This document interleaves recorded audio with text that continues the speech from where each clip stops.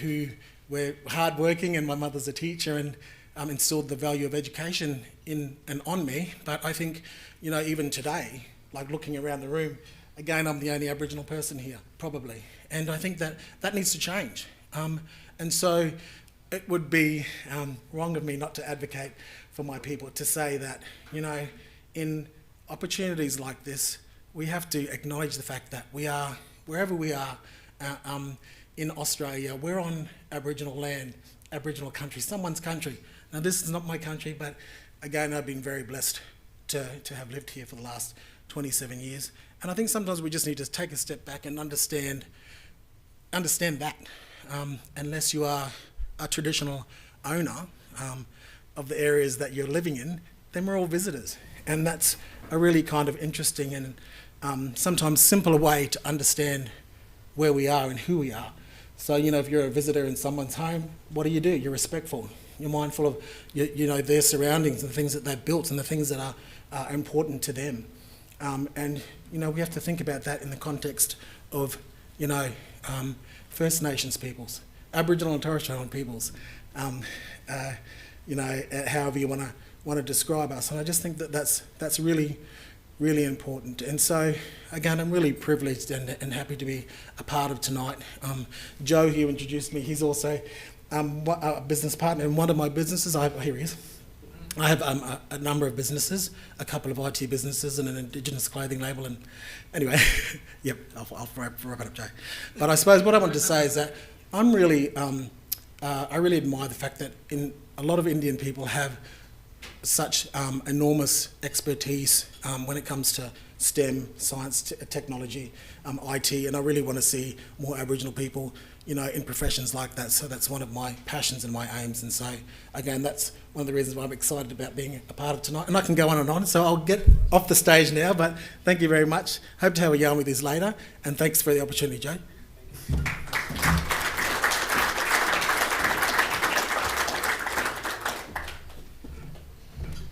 Thanks, Dion, for that. I really appreciate it. Yes, I'm a blackfellow at heart as well. Cheers. Well, we're keeping the time up. I just wanted to, the next person that you will hear from us is, where you go. So before that, I just want to also let you know that some of our speakers will be coming through video link. Some of it will be live, and some of us will be in person as well. So are we ready to go live? Yep. All right. Of course, AIBC holds its strengths and its greatness through strong leaders, and leaders are important. And none other than Jim Verghese. Jim Verghese holds the national chair for AIBC and has been with AIBC for a very long time. So if I may ask, unfortunately, he's not present here with us, and so he would be coming live through to us. And can we connect, please? And when you're ready, let me know. Hi, Jim. We can see you clear, but we can't hear you. So let's see if you mute. Yeah. Can you hear me now? Yes, thank you, Jim. All right, thank you very much. Perfect. And over to you, Jim. Namaste and good evening to all of you here today. Can I just echo the sentiments of Dion Devo, in my other hat as the male patron of the Lockhart River Indigenous Community for Puya Foundation in North Queensland. I really support his comments and the need for the recognition of First Nations people. It's also very encouraging that the Department of Defence, in fact, does have a specific quota for First Nations people to join the Defence services. I think that's a very encouraging moment. And in that spirit, I would also like to acknowledge the traditional custodians of the country throughout Australia and the connection for land, sea, and community. We pay our respects to the elders past and present and extend that respect to all the Aboriginal and Torres Strait Islander peoples today. Now, it is with great pleasure that I welcome you this evening on behalf of the Australia-India Business Council for the Defence and Security Industry Briefing event, which is jointly hosted by the High Commission of India and the Australia-India Business Council. In particular, I'd like to acknowledge and welcome our eminent speakers in this important event. The Honourable Melissa Price, MP, the Federal Minister for Defence Industry. It's good to see and good to reconnect with her again. The Indian High Commissioner, His Excellency Manpreet Vohra, senior defence officials, defence industry leaders that I can see all around the table there. And they're from Australia and India, and our members, business partners, and event sponsors attending this evening in person and online. Now, the AIBC was founded 35 years ago and continues to be the peak industry body representing and fostering bilateral trade and investment relations between Australia and India. The AIBC maintains close relationships with federal and state government agencies, the diplomatic corps and industry bodies, and showcases opportunities to the Australian business community through a very active program of events nationally and by state. AIBC is a national not-for-profit membership organisation with state chapters in New South Wales, Victoria, ACT, Queensland, South Australia, Western Australia, and we very shortly have a presence in the Northern Territory as well. Now, India is fast becoming the right partner for the Australia-India businesses, and we must look to India as a market for supply rather than a market for consumption. The partnership between Australia and India will generate trade in many sectors, and to facilitate and foster bilateral engagements, the AIBC has established 17 dedicated industry chapters, including ICT, agribusiness, education and skills development, finance, digital, healthcare, make in India, infrastructure and energy, and of course women in business, which has got a strong commitment to gender diversity and gender equality. However, today is very important as a defence event. So with the major changes in the Indian defence procurement process, we see tremendous opportunities for Australian companies to take advantage of the strong relationship between the Australian and the Indian governments. In recognition of the vital importance of this growing industry, AIBC has established a defence and security industry chapter with the theme Partnering for Stronger Defence and Security. And of course, your moderator today, Joe Williams, is filling that job remarkably well. The Australian Federal Defence Minister, launching this important chapter last year, said, and I quote, "This AIBC Defence and Security chapter will be a pipeline which will contribute and create significant opportunities in collaboration, defence manufacturing, and sharing applications using technologies. Our collaboration is more important than ever." So in alignment with this visionary statement, the AIBC Defence and Security Industry Briefing event takes place this evening here, and you're all there in Canberra today, with the spotlighting the opportunities that lie ahead for future Australia-India defence and security business partnerships with their Indian counterparts. This event is timely and significant, particularly in view of the recently held Quad meetings in Melbourne, reiterating cooperation in defence ties. The Australian defence industry is growing rapidly. As an example, South Australia is now home to leading global defence companies, a thriving network of SMEs, and a deep commitment to building a job-ready defence focus. Our president in South Australia, Deepa Matthew, is already very keen to get in there and support this initiative. Understanding the opportunities and establishing key partnerships are the mantras for success in the Australia-India defence and security engagement moving forward. So without further ado, on behalf of the AIBC board and our members, I should like to thank the Indian High Commissioner, His Excellency Manpreet Vohra, for all their support and trust the outcomes achieved today will speak for the future success of this important event.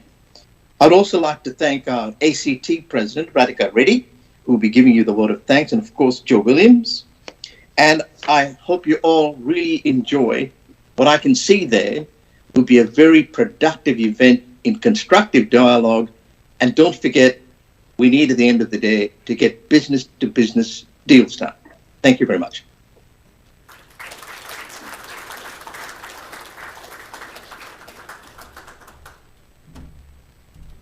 Thank you, Jim, and thank you not only for your welcome speech, but also your leadership in this organization and outside of the AIBC and the wider community as well. Thank you very much for that. And Thank you. Jim has been, he's not only professional, but he's forward-thinking and comical as well. When you get to speak to him, you will feel at home, and there's lots of stories. That's lots of stories, yes, right. Thank you for that, Jim. Our next welcome is from the most important person, I would say. Please, the other honorable guests, please don't feel that you're not important.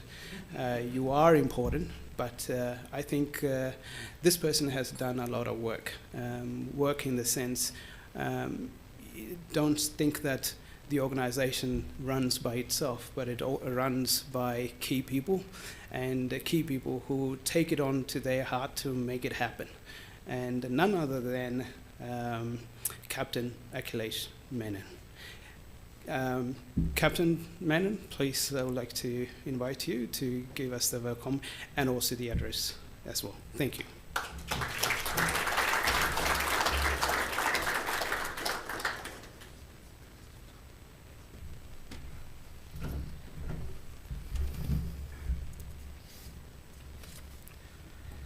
Thank you, Joe. It's so kind words. I don't know whether it's me or someone else. His Excellency, Mr. Manpreet Vohra, the Indian High Commissioner in Australia. Mr. Stephen Moore, First Assistant Secretary, Department of Defense. Distinguished guests from both industries who are here in person as well as online today. And ladies and gentlemen, good day and namaste. It's indeed an honor for me to stand here and give a brief overview of the Defense and Security Seminar today. Oh, no, I'm not going to give a welcome address again. I'm just going to give you a brief overview of what's in store, what are we planned, and what should we take home as we go from here. As the defense advisor in the Indian High Commission, I can proudly say that the bilateral defense relationship between the two countries have seen a phenomenal growth in the last couple of years. With a shared vision in the Indo-Pacific, the level of complexity in bilateral exercise by both the armed forces are indeed very high, especially in the maritime domain. As we are aware, comprehensive strategic partnership signed by the two prime ministers in June 2020 concluded arrangements on defense and maritime cooperation that includes Mutual Logistics Support Arrangement, or MLSA, and a Defense Science and Technology Arrangement between the two research organizations, DRDO in India, Defense Research and Development Organization, and DSTG, Defense Science and Technology Group in Australia. This facilitates improved collaboration between India and Australia in defense, science, and technology research. Now, coming to the government's policy in India. Government of India, its strategic partnership policy is a partnership between the government and the private players envisaging a seamless industry connect. With rising capacity and competitiveness in the Indian defense sector, private sector can explore the innovation and manufacturing potential in Australia and build on the increasing defense cooperation between the two countries. Australian defense manufacturers can tap into the large and growing Indian defense procurement market through partnerships with Indian companies to manufacture for the domestic procurements and even for the world.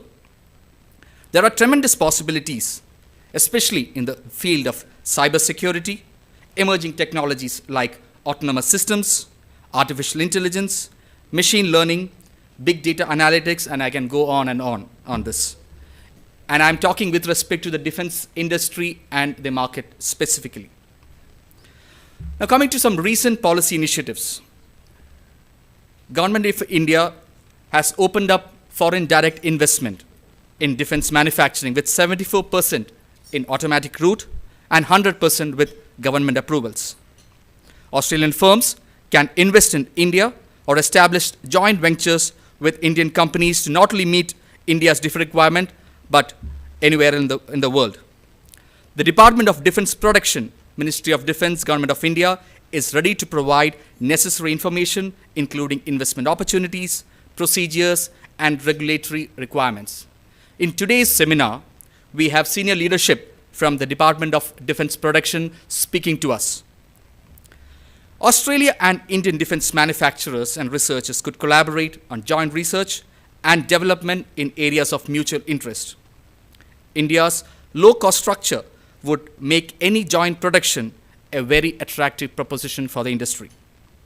There's an opportunity here for India and Australia to collaborate and work in some joint projects.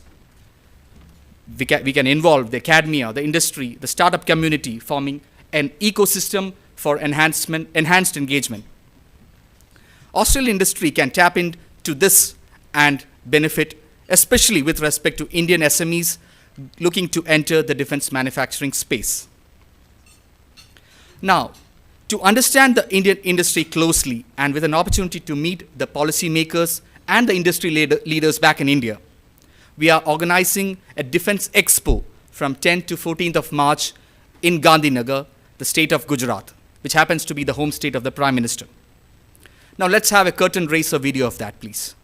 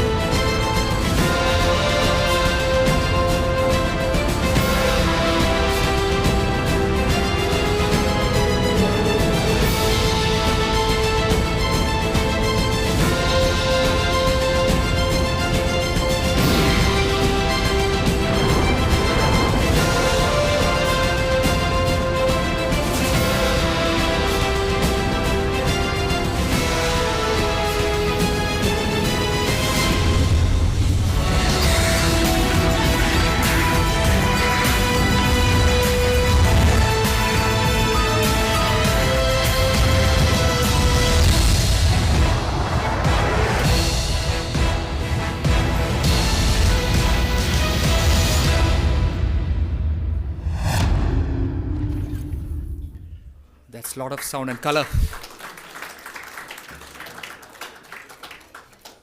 The Indian research and defense industry has indeed made remarkable strides with the support from the government and the Defense Research Organization. Some of the key flagship projects are the Indian aircraft carrier, light combat aircraft Tejas, and the BrahMos missile system. Now let's have some videos of that.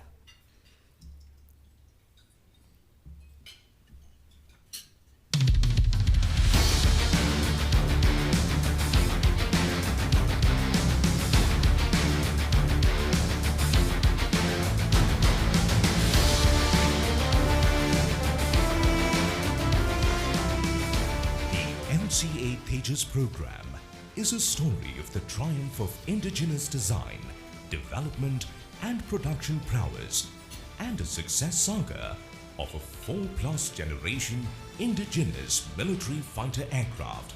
This indigenous fighter aircraft development leapfrogged India from HF-24 Marut to bridge a huge technology gap.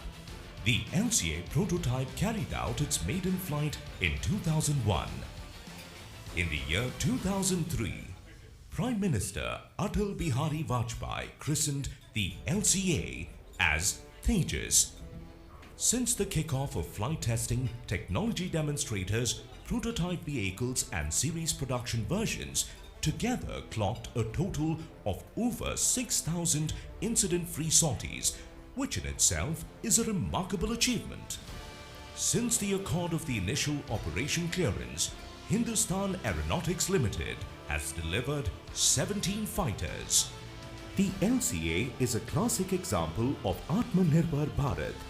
As envisioned by our Honorable Prime Minister Shri Narendra Modi, Atmanirbhar Bharat is powering Indian aerospace and defense to surge towards self-reliance. इसका मार्ग एक ही है, आत्मनिर्भर Bharat. The Indian Air Force has awarded a mammoth order worth 48,000 crore rupees for the supply of 83 LCAs in Mark 1A configuration. This is a huge boost to the nation's Atmanirbhar drive.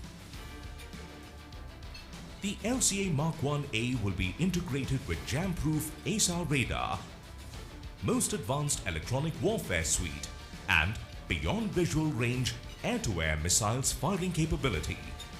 It will be extremely maintenance-friendly with reduced turnaround time. The LCA Mark 1A program follows the system integrator model and has created a national aerospace ecosystem with the participation of approximately 600 business partners. It is estimated that as the LCA Mark 1A program kicks off, it will generate primary significant jobs across the country in the private sector and will foster local industry. The LCA Tejas is going to be the backbone of the IAF fighter fleet in the years to come and is slated to be produced in high numbers. The production rate for this increased requirement by the Indian Air Force is being augmented by Hindustan Aeronautics Limited through the creation of a state-of-the-art new facility in Bengaluru. Apart from IAF, the LCA has generated interest among many friendly countries like Malaysia, Bahrain, Sri Lanka and others. Hindustan Aeronautics Limited, which is the largest aerospace and defense manufacturer in Southeast Asia, will elevate India to the position of global defense exporter in the near future with the radiance of the LCA.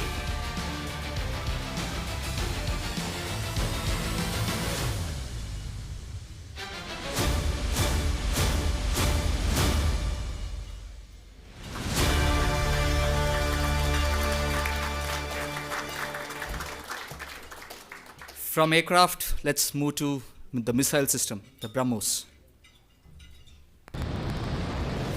The one who initiates a bold move is likely to supersede its opponent.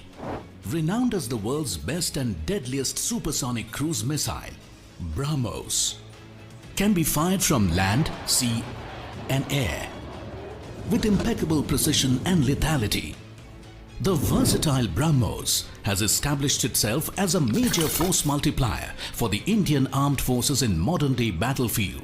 With multi-role, multi-target and multi-platform launch capabilities. BrahMos is the world's fastest cruise missile with a top flying speed of about 3,400 kilometers per hour. Literally faster than a bullet. The powerful BrahMos precisely hits a target with huge kinetic energy, which can rupture warships into half and reduce ground targets to smithereens. The world watched in awe when BrahMos took off on the 12th of June 2001 from the east coast of Integrated Test Range to achieve speed 3 times faster to that of sound. A first in the world launch of supersonic cruise missile by any nation. After a series of flight tests of the advanced air-launched BrahMos from Sukhoi 30 MKI platform, India became the first country in the world to have integrated and tested such a long-range supersonic cruise missile from a fighter aircraft. The formidable BrahMos, integrated with land, sea and air platforms, is a war-winning combination which can send shivers down the enemy's spine by neutralizing any target at sea or on ground with pinpoint accuracy by day or night and in all weather conditions in the shortest possible time. As part of capability enhancement endeavor, when an advanced variant of the BrahMos weapon system, flying at supersonic speed of 2.8 Mach, precisely hit targets located at standoff ranges with near vertical steep dive capability, meeting its mission parameters completely.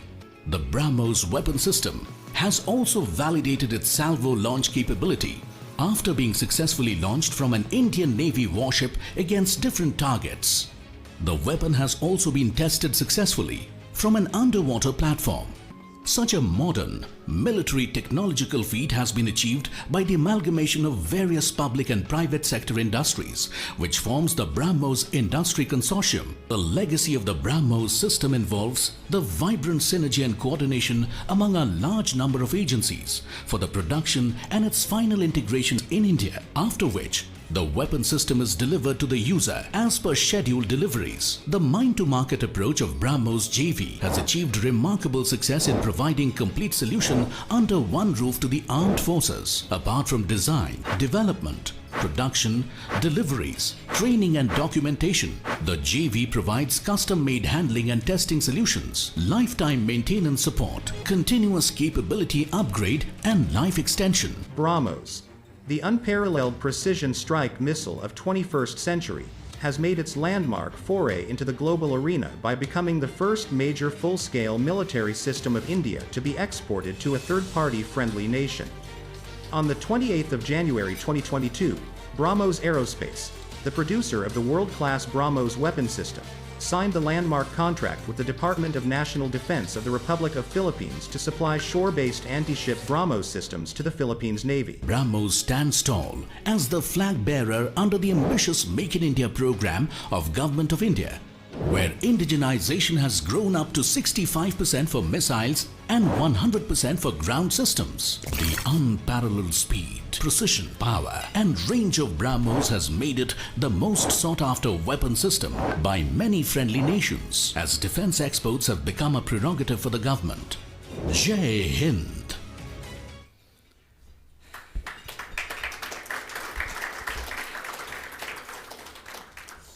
That's a lot of missiles and aircraft.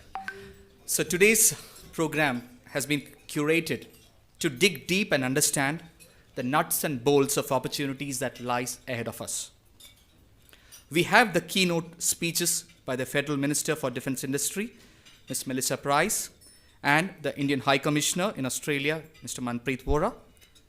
Then we have the policy makers in both Departments of Defence, First Assistant Secretary, Mr. Stephen Moore, who is sitting here with us, and Joint Secretary from the Government of India, Department of Defence Production, Mr. Anurag Vajpayee, who will be with us virtually, giving us an overview of the defence industry and perspectives from the policymakers. Mr. Sanjay Meharshi, Deputy Director General from the Department of Defence Production, will give us a brief on Indian Defence Acquisition System and the industry link and how we can collaborate. Senior leaders from both industry bodies in both countries will share their perspectives, aspirations, and explore B2B opportunities. In fact, the highlight of today's program is that on completion of the formal proceedings, we have arranged a platform for companies to speak to like-minded partners in India and Australia through a virtual platform, hoping to continue into more meaningful dialogues when they can actually meet in person soon, probably during the Defense Expo next month. As we say in India, let's make this dosti into a rishta, which means let's turn this friendship into a relationship. Thank you. Jai Hind.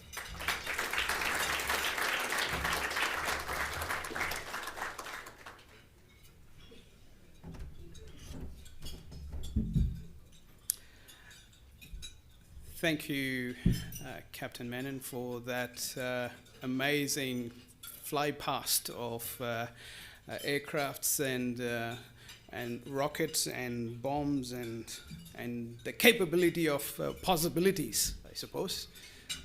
But that's actually a welcome. That's probably a welcome to the industries in terms of what is possible. With the Prime Minister there clearly stating, Indian Prime Minister clearly stating, Atmanirbhar, meaning the sovereign capability. Now, we are also in Australia chasing and wanting and will achieve sovereign capabilities. That means that it will come from here, from this land. The capabilities needs to be built. But how do we build capabilities? The primary objective and the primary source of these capabilities are through partnership. And that's what we are here for today, is partnering for stronger defense and security. So with that note of welcome and setting the stage, we have keynote speakers. And today we have our Honourable Minister Melissa Price for Defence and Industries. Unfortunately, she has sent us an apologies that she's unable to attend in person. But she has given us a message, a recorded message, and if I may ask the team to play and roll. Thank you. Friends, colleagues, ladies and gentlemen, thank you for the opportunity to provide a short message given I can't be with you in Canberra. My thanks to His Excellency Manpreet Vohra, High Commissioner of India to Australia, for hosting today's event, and to the Australia-India Business Council, especially Jim Varghese and Joe Williams. Of course, this year marks the 75th anniversary of India's independence. As India celebrates, so too will Australia, especially our incredible Indian community, which numbers more than 700,000 people spread far and wide across our great nation. Last financial year, about 24,000 Indian nationals received Australian citizenship, and in doing so, made this great country of ours even greater. The ties between our two nations are strong. As Australian Prime Minister Scott Morrison remarked, we're a diverse, multicultural, liberal democracies who seek a world that is prosperous, safe and secure. But, as we know, that security, that safety and that prosperity is under increasing threat from the behaviours of some regimes in our region. In times of uncertainty and tension, like-minded nations must rally together with self-assurance to protect and to defend what we hold dear. And that's exactly what India and Australia are doing. Our defence and security cooperation has become deeper under our comprehensive strategic partnership. As Australia's Minister for Defence Industry, as well as the Minister for Science and Technology, I am delighted to see the increasing cooperation between our industry, business and research sectors, and I am buoyed by the prospects ahead. Next month, Australian companies will attend India's flagship defence exhibition, Def Expo.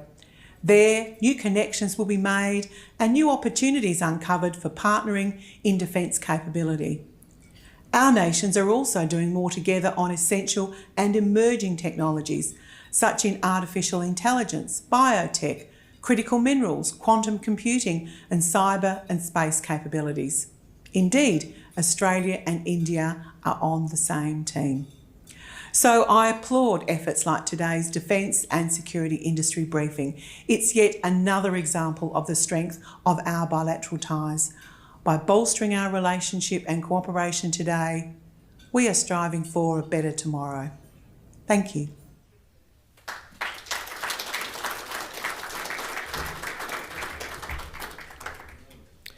That is a strong message. That is definitely a strong message from the government of Australia and from the leadership, asking and calling for relationships to be stronger, strengthened, and working together as partners in this region when adversities are called for.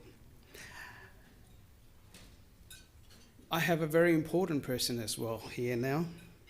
The next speaker, he is very hard to please. He's very hard to please from many, many different angles. He asks more questions that we can answer. And with that, he makes sure that it is done with correctness, and correctness not from political perspective, from a business perspective as well. Even though as a bureaucrat, it does not matter because he does understand the needs of the business, and he is a supporter of the business. So without further ado, let me introduce you to, let me read this correctly so if I don't miss it. His Excellency Manpreet Vohra, Indian High Commissioner to Australia. Thank you.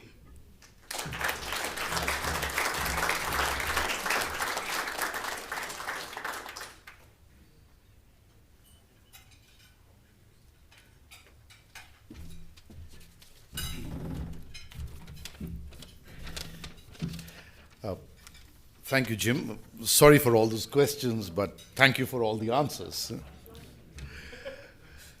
Namaste and good evening, ladies and gentlemen. I'm indeed very happy to be here in this first ever defense industry briefing organized by the High Commission of India in association with the Australia-India Business Council. I thank the organizers, especially Jim Varghese and Joe Williams, and my colleagues at the High Commission. I thank the participants from India who will be joining us or who are already perhaps watching us, and I thank all of you for joining me in person. I'm particularly grateful to Minister Melissa Price for her message that we all heard just now. She has very succinctly described the special bonds that tie India and Australia together and their tremendous growth in the last few years. These span many domains and are particularly strong in defense and security, where we share several strategic interests and challenges, including to peace, security, and prosperity in our Indo-Pacific region. As comprehensive strategic partners since June 2020, we have intensified our defense engagements and have moved beyond bilateral and multilateral military exercises to a mutual logistics support arrangement and a defense science and technology arrangement between India's Defense Research and Development Organization and the Defense Science and Technology Group of Australia. I also agree with Minister Price that our defense industry relationship has tremendous potential thanks to the steadily increasing cooperation between multiple stakeholders. The sheer scale of India's defense requirements means that Australia's defense industry, research labs, and innovative entrepreneurs have a plethora of vast opportunities in India. We have also opened up our defense industry to the private sector, And in a short space of time, many companies, from old business conglomerates to new players, are engaged in profitable defense manufacturing. This also paves the way for Australian defense manufacturers, researchers, and innovators to enter into strategic partnerships with Indian companies in niche areas. We allow foreign direct investment in defense manufacturing, up to 74% in the automatic route with no approvals required, and up to 100% or full ownership with approval. Taking advantage of India's strengths in heavy engineering, steel production, abundant raw materials and labor, and low-cost base, Australian firms can invest in India or establish joint ventures with Indian companies to not only meet India's defense requirements, but also to service Australia's needs, as well as make India a production hub for exports to other countries and clients. Multinational and transnational corporations are already doing this in India for industrial and consumer goods, for cars and mobile phones, for machines and electronics. So why not defense goods, and why not Australia? India has two major defense corridors in the northern state of Uttar Pradesh and the state of Tamil Nadu in the south. These state governments are actively promoting the corridors as investment destinations for defense manufacturing by providing investor-friendly policies and attractive incentives in the form of tax discounts, rebates, land at subsidized rates, allied infrastructure development, single window clearances, capital subsidies, incentives for transportation, etc. You have just seen a couple of videos about the kind of defense platforms being manufactured in India today. We have also recently built our own aircraft carrier, and I wish we had time to show you a video on that as well.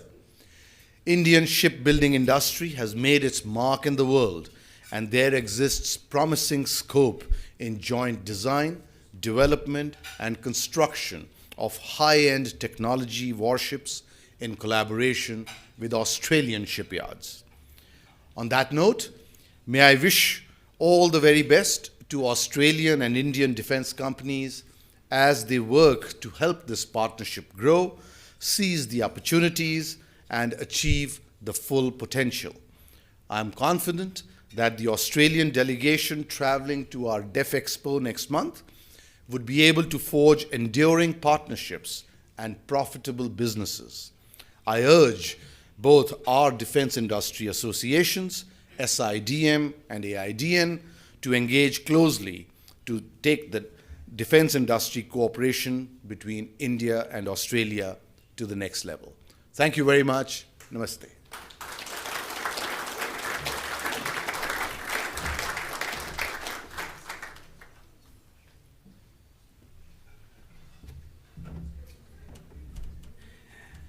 Thank you for that encouraging words. Now, we've set the stage with our captain showing us the technologies that are available in India and what India can do, and we've heard from our top leaders, our ministers, about the opportunity and the friendship that we offer from Australia. And of course, we have heard from our High Commissioner the value for collaboration, the value for partnering, the value for friendship. But the next stage is especially for the business, is how and what support do you have and how do you get there? To say a few words around that, the government has put in so much of effort to facilitating especially exports, exporting to a number of countries, and one important country is definitely India. So The next speaker that we have is definitely going to give you the perspective and the pathway and the support that's available for the industries to take that next step of opportunities. Now, before we go down that path, I also want to say that hope everyone in-house here is relaxed and enjoying your time and enjoying the information that's flowing through. But also I want to thank all those who are online, because we are going live and we are live broadcasting. And I've just got that message that there's a huge amount of users who are logged in, and from India and US as well. So that sort of shows how the online presence is interested in these activities. So without taking too much of time, I would like to call upon Stephen Moore, First Assistant Secretary, Defence for Export Policies as well. So Stephen, thank you.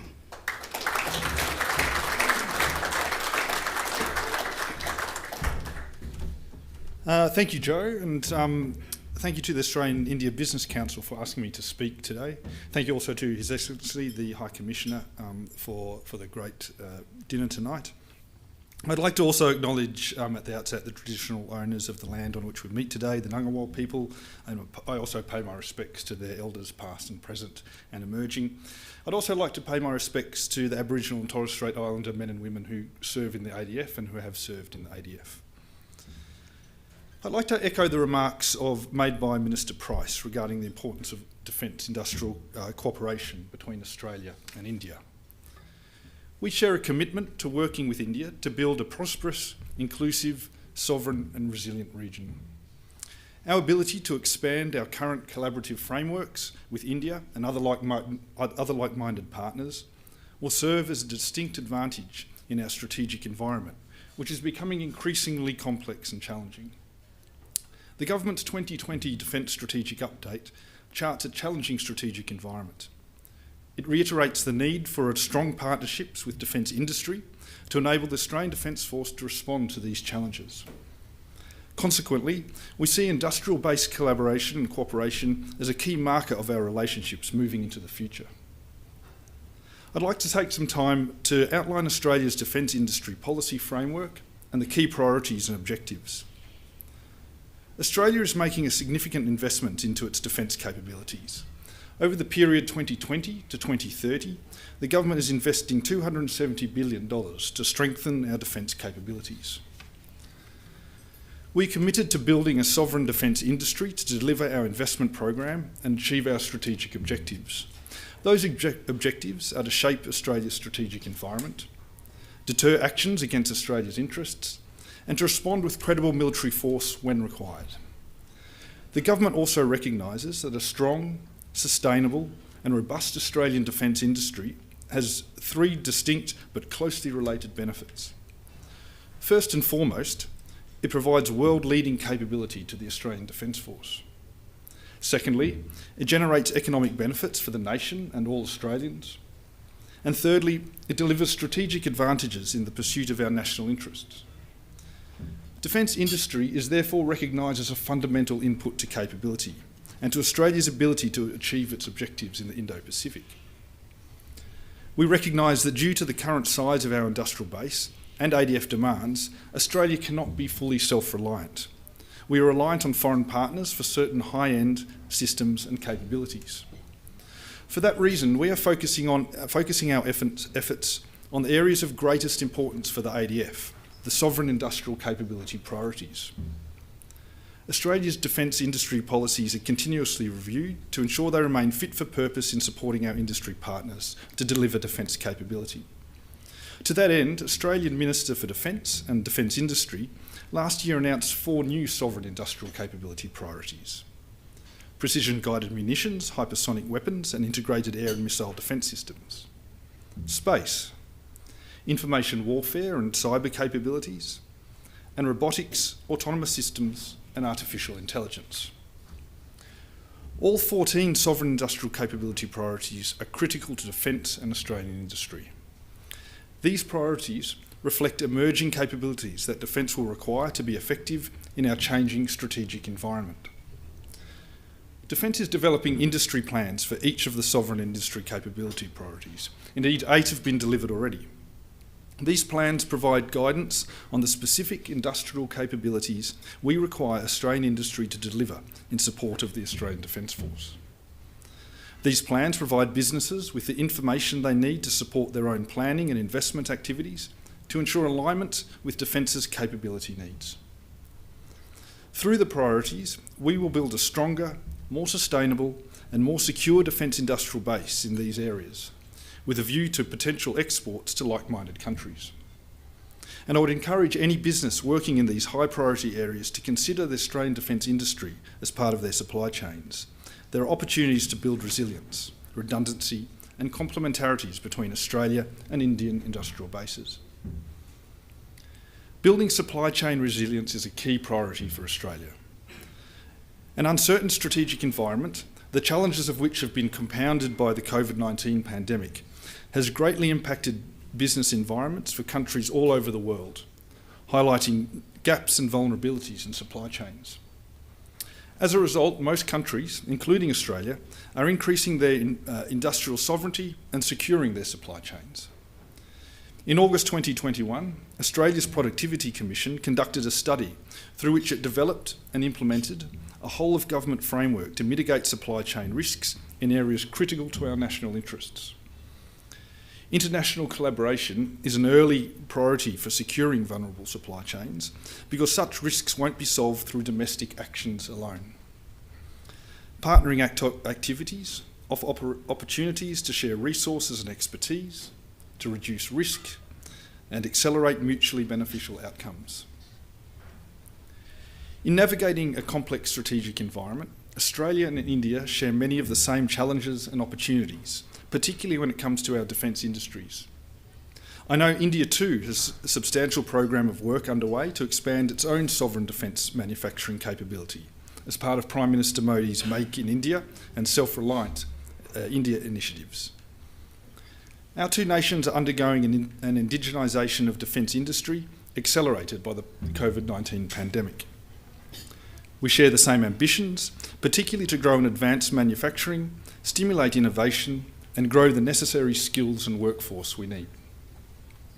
We also face similar challenges in achieving these ambitions, meaning there are opportunities for us to learn from one another.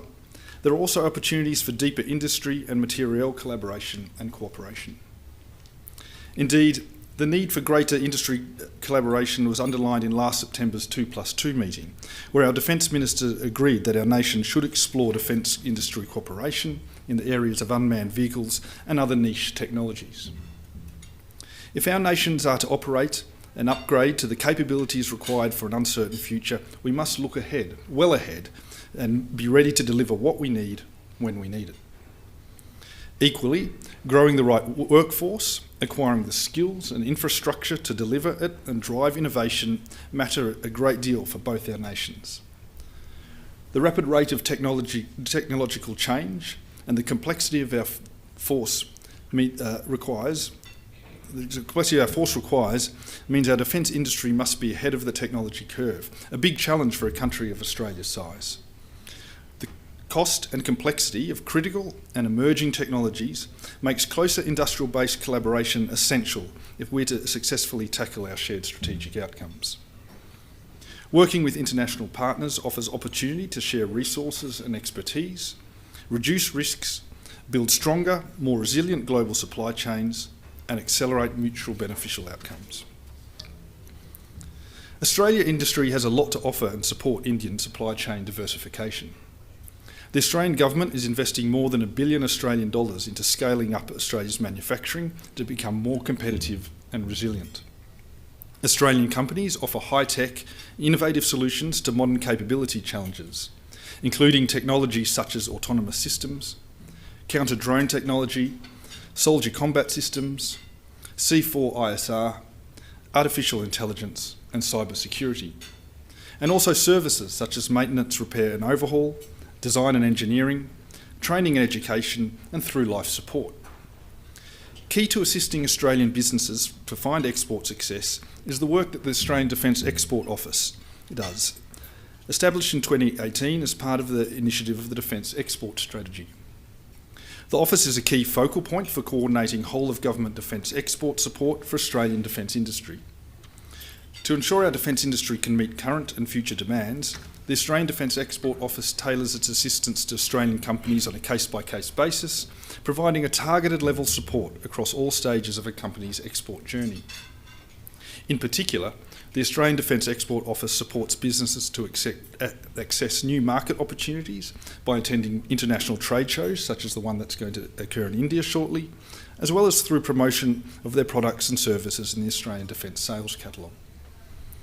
Australian defence industry has a proven record of developing world-leading capabilities, has a reputation for being transparent and reliable, and is ready to partner with India. In summary, Australia is open for business and we welcome deeper industrial collaboration with India. The challenges presented by our rapidly changing strategic environment are bringing our two nations closer together.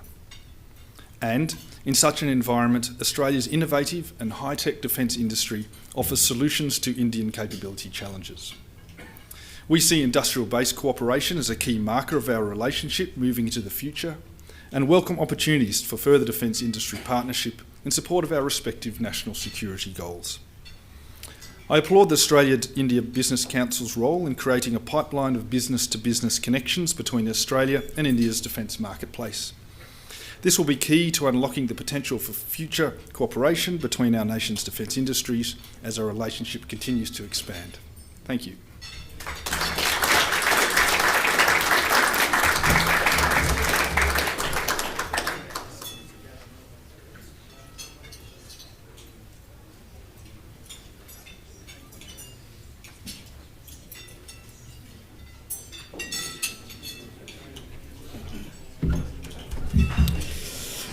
Thank you, Stephen, for that encouraging and a fantastic statement of our capabilities and the support that Defence is offering. At this point in time, we will take a break for 5 minutes, and we would want you guys to enjoy your dinner, and we will come back to it in 5. Thank you.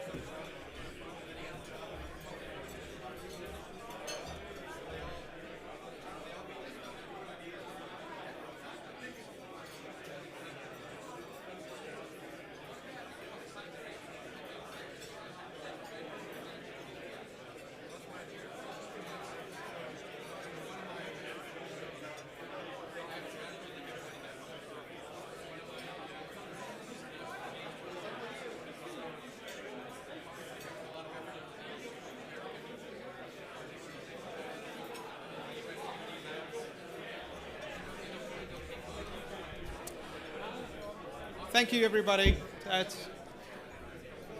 wonderful. Now we've got a number of things that's happening. So I'm sure you had an opportunity to catch up with people on your table and discuss not only business but also get to know them, right? I would also I'd like to take a quick shot at this one. Thank you to Infosys.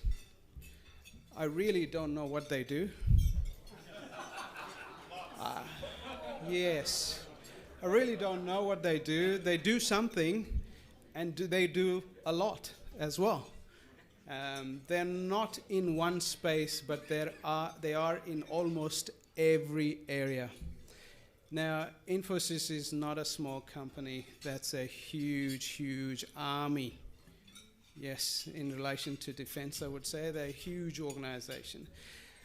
They have the roots from India, but they've lost their color, I would say. And they're everywhere now. They're not in one country. I think they some of the key things that they show here is, $15 billion company, and to match that huge organization, the skill sets that they have, the capabilities that they have, and the professionalism that they bring to the table is incomparable. And I think there's many industries have benefited their services, and I really thank Infosys today. We have a table of Infosys team, table number, I think we lost them, table number 5. Thank you, and thanks Darren as well. And Darren runs Infosys here locally, and he runs a tight ship, I would say, very tight. And so have a chat with Infosys and see what they do. As I said, I really don't know what they do.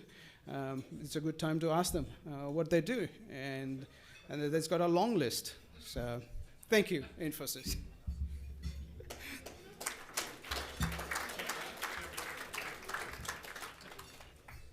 As we go to the next section of this program, I would like to call upon a very important person from India, Mr. P.C. Shukla. Is the president of SIDM. Now, SIDM is a large organization, very similar to AIDEN, those who are in Australia. And they support industry, defense industry particularly, and are very vocal and supportive of the industry and supporting their policies, driving the policies within the government. And P.C. Shukla will be online, and we have a recorded message from him. And if I may request the team to play his message for us. Thank you.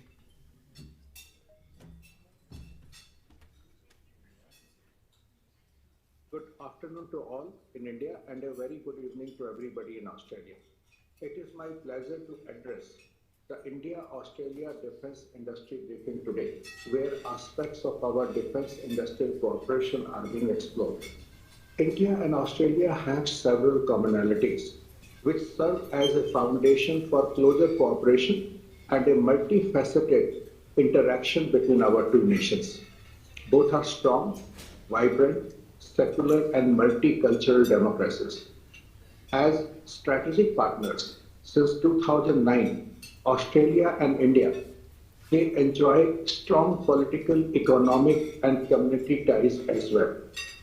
The relationship has grown from strength to strength and in importance in all areas: trade, energy, mining, science and technology, information technology, education and defense. Indian defense industry is excited to explore potential partnership opportunities with our Australian counterparts and foster a stronger business relationship between the two countries. I'm happy to note that this is the third bilateral interaction taking place between the two sides on defense industrial engagement in last 18 months. With a strong Australian delegation coming for DEF Expo 2022, this momentum will further strengthen with multiple B2B meetings taking place at the event. SIDM has signed an MOU with the Australian Industry Defence Network.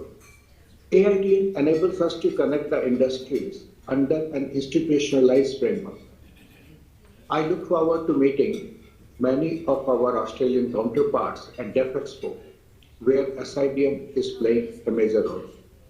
I can assure the Australian defence industry that the Indian defence ecosystem is now competent in manufacturing key systems, assemblies, platforms such as armored vehicles, personal protective gear, patrol vessels, UAVs, and many more. Having capabilities in these areas, coupled with price competitiveness, makes Indian products viable and attractive for exports. With proactive policies in place and having a well-defined target of achieving a turnover of $25 billion in defense goods and services by 2025, India is poised to provide the required impetus not only to its own market, but can also contribute significantly towards the growth of the global defense market. As SIDM's president, I would like to reiterate our commitment of fostering defense industrial ties between the two sides. We will work closely with AIDN to create platforms for such engagements. I am certain we can identify mutually beneficial opportunities and fulfill the defense and aerospace requirements of not only our respective armed forces, but of other countries as well. I speak from my personal experience as having been chairman of Mahindra Defence and Mahindra Aerospace. Both the companies have had very fruitful association with Australia.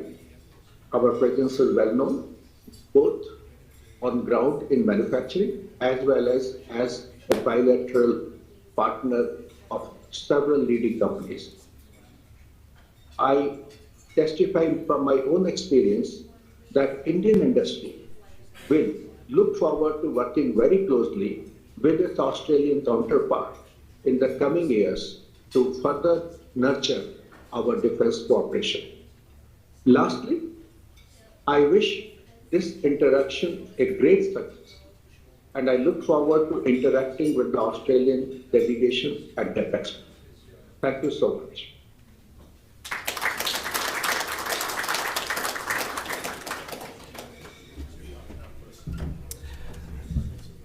Thank you, Mr. Shukla, for that message. And if and when, and those organizations that are traveling to India as part of the delegation and attending the Defense Expo, you will get to see SIDM there, and SIDM is a co-sponsor and co-host for the Defense Expo.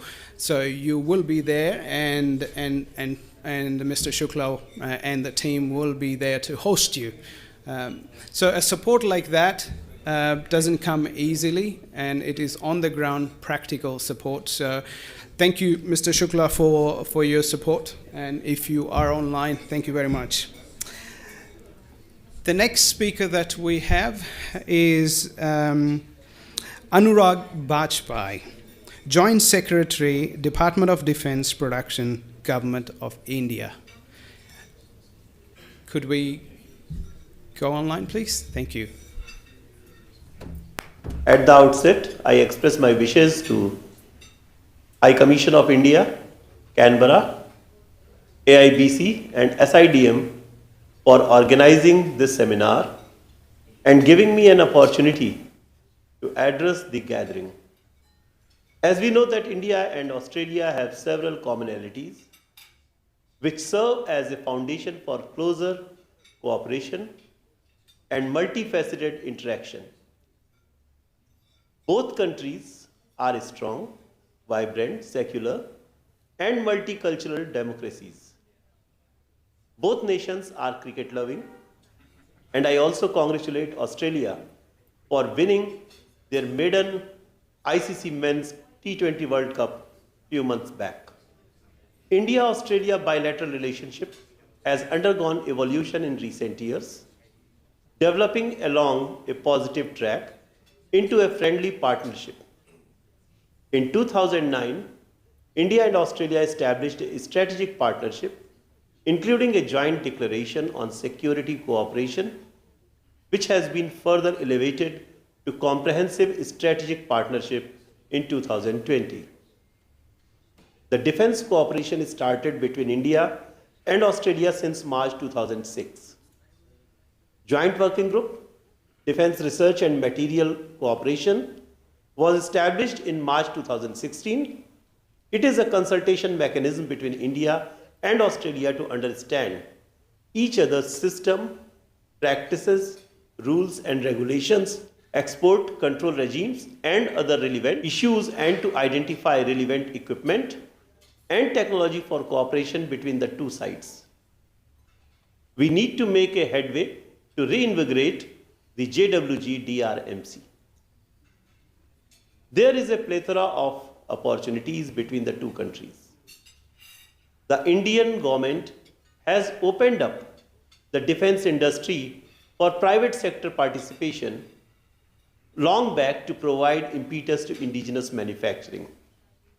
This also paves the way for Australian defense manufacturers to enter into a strategic partnership with Indian companies in niche areas.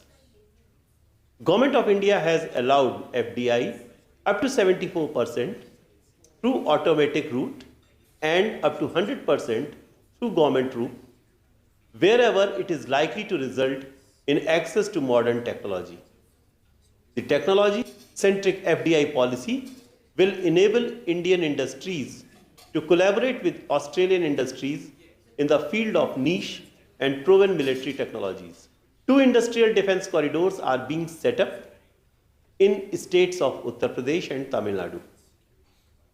Both the state governments have formulated investor-friendly investment policies by offering attractive incentives in the form of tax discounts, rebates, land at subsidized rates, allied infrastructure development, single window clearances, etc., which Australian industries can take benefit of.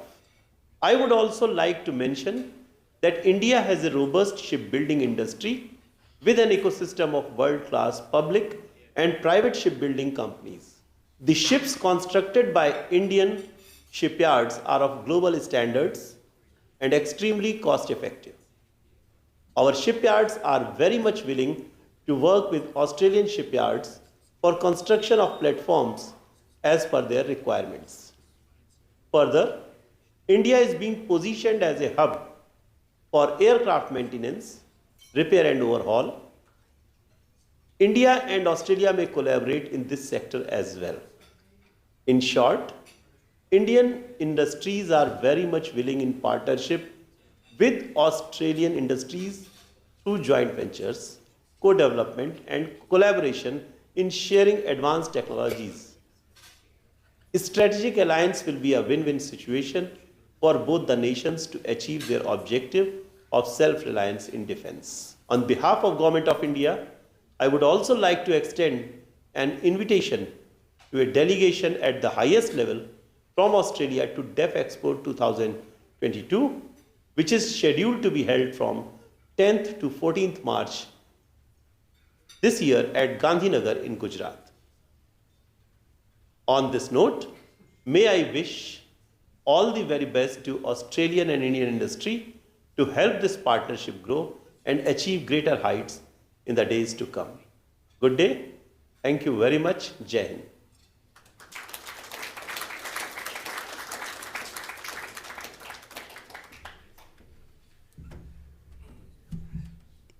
Thank you for that message. The next speaker is not known to many people. He's very shy, and he doesn't get out at all, and the industry does not know him. So I have to introduce him. I have to really introduce him. It takes a lot of effort to get out and support the industry. The effort that Brent puts in, hours and hours of time, and the relationship that he has in the industry is much appreciated. So if I may request Brent Clark, CEO of Aiden, to come up and give us a message and say who he is.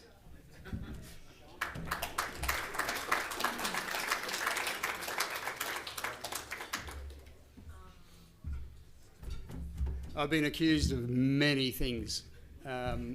Being shy is never one of them. I apologise for my limp. One of the things that I do in my spare time is coach first grade women's hockey, and occasionally the girls manage to hit me, and I caught one in the hip full board, so I'm limping a little bit if you see me. Firstly, Your Excellency, thank you very much for hosting this. Emphasis and EY. Joe, Google. You'll find out a lot about the companies that way. That's what I use anyway. A few months ago, Aiden and SIDM signed an MOU to obviously work together in terms of bringing Australian and Indian companies together. One of the principles of that MOU was to ensure that it was mutually beneficial. What we didn't want is to have a push or a pull in either direction of the countries. So if we can facilitate work into India, or if we can facilitate work into Australia, that's what we're going to do. I note Stephen's commentary about the creation of a sovereign industrial capability, and for those of you who have read my articles and listened to me speaking to the media, you'll understand that I furiously agree with Stephen on that point.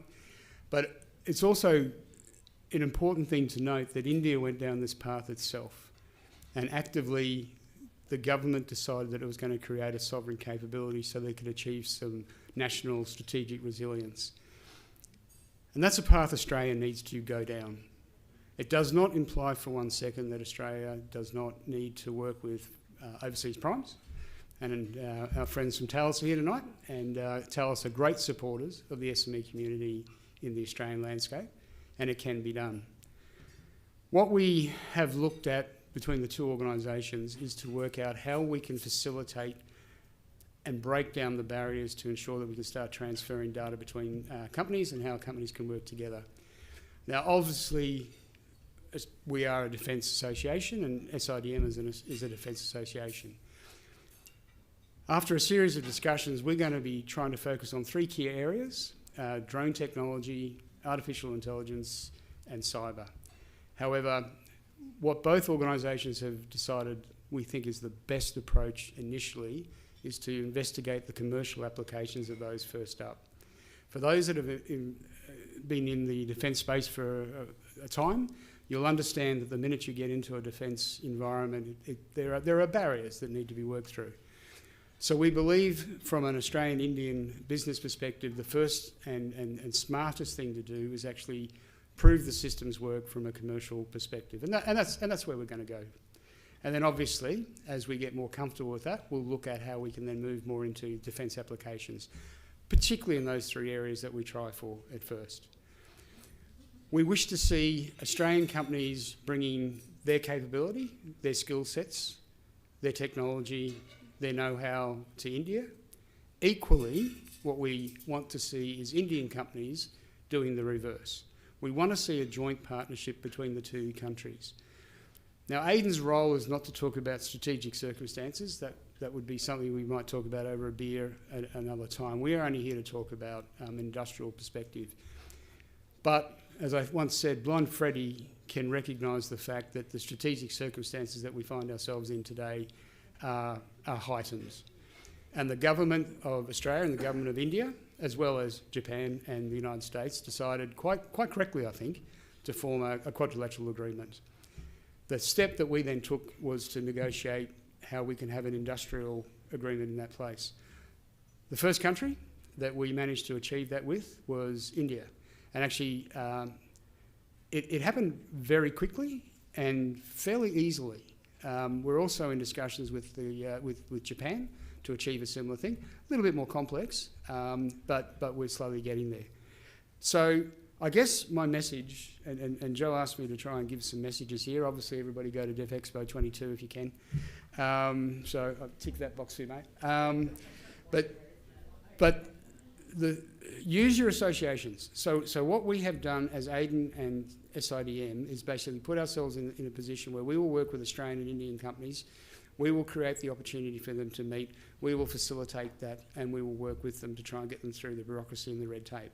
I am not here to commercially negotiate an outcome for a company or an Indian company. That's not what we do. Companies are best placed to do their own thing. What we're here to do is to facilitate that and make sure that it can happen. Now, we believe, certainly from an AIDEN perspective, and our relationship with SIDM grows stronger almost on a daily basis, we believe that both countries have a common outcome and a common goal, which is to create that sovereign industrial capability. We believe that there is a strength in like-minded, friendly countries working together to enhance each other's supply chains. And we believe that there's a strength in terms of developing that global supply chain, which has a mutual ability to supply to each other. It strengthens you in an environment when you cannot always guarantee certain partners. So having multiple partners that are friendly, that we can work with, that we can have established business practices with, that we've actually worked with to achieve that. Having that as an outcome is primarily why AIDEN and SIDM have brought ourselves together. We will be going out from an AIDEN perspective to seek solicitation from our members in terms of AI, cyber, drone technology. SIDM is going to be doing the same thing. We'll be bringing people together. We are already involving government, so we are in constant discussion with DFAT and Austrade. We haven't really progressed the discussion with Defence, but that's been deliberate. As I said at the start, we think the smartest way to go is through a commercial aspect first, and then we can then go to Defence and explain to Defence what we have done, why we have done it, and try to provide them with some measure of assurance that we think it is possible to work. Slowly is the way to do that from a defence perspective. So from my perspective, really it's a case of getting on board. It is working together. Our host tonight, Australian Indian Business Council, great organisation that you can be working with. We have a very close relationship with them. They can introduce you to us, and we can work from that perspective. And they'll be a partner, as well as the Indian High Commission. The Indian High Commission is obviously going to be integral to this, as well as the Australian government. I cannot emphasise enough the fact that we are deeply working with the Australian government on this front. I have a fortnightly call with DFAT on this specific topic. Okay. So the Australian government is obviously viewing this very, very seriously, as is the Indian government. So now is the opportunity to work together. I would caution you, having many years ago, I was a vice president at Thales Naval, and we supplied towed mine warfare decoys into India, and that took a while to get through that process.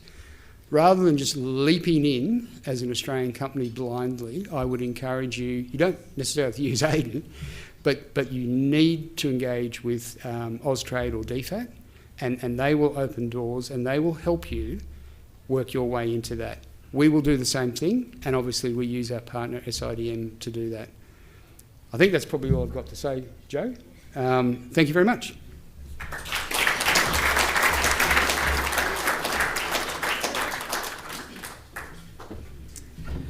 Thanks, Brent, for that. Now I know what Brent does. Yes. So he does a lot of things, which is great. And he also taught me a lesson today that I've learnt, to Google. Google what Infosys does. So, and I did Google. And it says Infosys was born in 1981 with what rupee value? All right, 250 rupees. Now, what does that mean? Today's term is about $5. That's what it started with. And today it is $18+ billion value. So, again, I know how to Google now, thanks to Brent. The next speaker we have is coming to us live. So let's pray to our technology gods that this is going to happen. And we've made it happen in such a way that it is going to be right. So we have Rear Admiral Preetham Lal, retired, Principal Advisor to SIDM. And he's going to give us details about exploring B2B opportunities, partnership opportunities between India and Australian defence, and outlining the strengths of Indian industry through partnership opportunities for the Australian defence community. Shall we connect? Yes? Thank you. Over to you, sir. So, good evening to everybody there in Australia, and good afternoon to all those who are connected from here in India. I have a presentation, therefore I would like to request the host to kindly get the presentation right so that I can upload my presentation.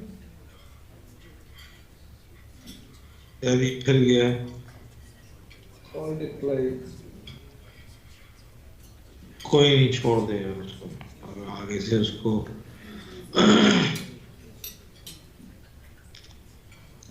Sir इसको अभी बोल सकती देखो कि हमारा भी meeting है कुछ है हमारा भी एंगेजमेंट चल रहा है हमारा एंगेजमेंट सर ये नहीं कि तुमने ये करके So can you please see the presentation? I hope you can all see. इस इंडस्ट्री एसोसिएशन के बाद प्रेजेंटेशन देने का भी तो मतलब नहीं बनता ये लोग उनको presentation Can I request the host if you can kindly mute all right, others? so I think right. So I think being one of the all right, we can't hear you, sir. So can we pause for a second and let's fix our technical difficulties and come back to you on this. Would that be all right? And I hope he's getting us. So, looks like you guys didn't pray well. Nah, that wasn't good enough. But we'll try again. We'll definitely try again. Can you hear me? Yes. How are we going? Can I start? Can we go on, please? Yes, we can start. Yes. Right. Go ahead, sir. Thank you. So let me repeat what I started with.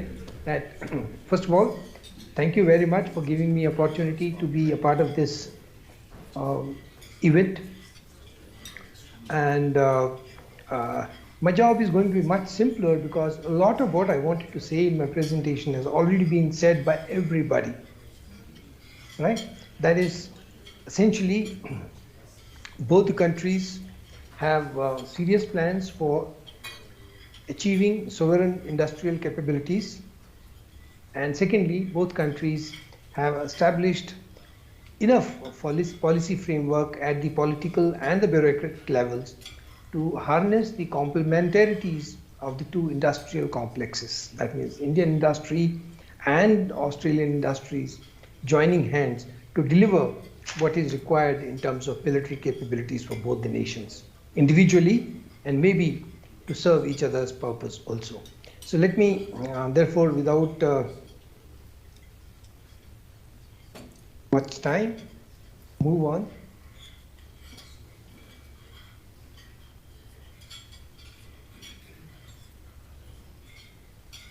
My presentation is not moving.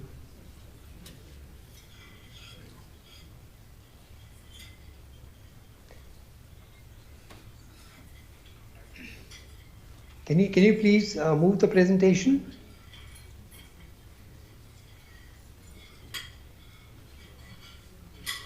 Yes, please. Yeah. So I will cover my brief talk among the three as three bullets. A little bit about the Indian defense industry landscape, policy framework which is already quite well spoken about, and the business avenues for the Australian industry as far as participation in the Indian industry ecosystem is concerned. So, Indian defense industry landscape, as has been mentioned and also spoken about in the videos, very comprehensive. Essentially, it is led by the platform integrators, system integrators, who are in the present context largely public sector undertakings and several private industries. This ecosystem is supported by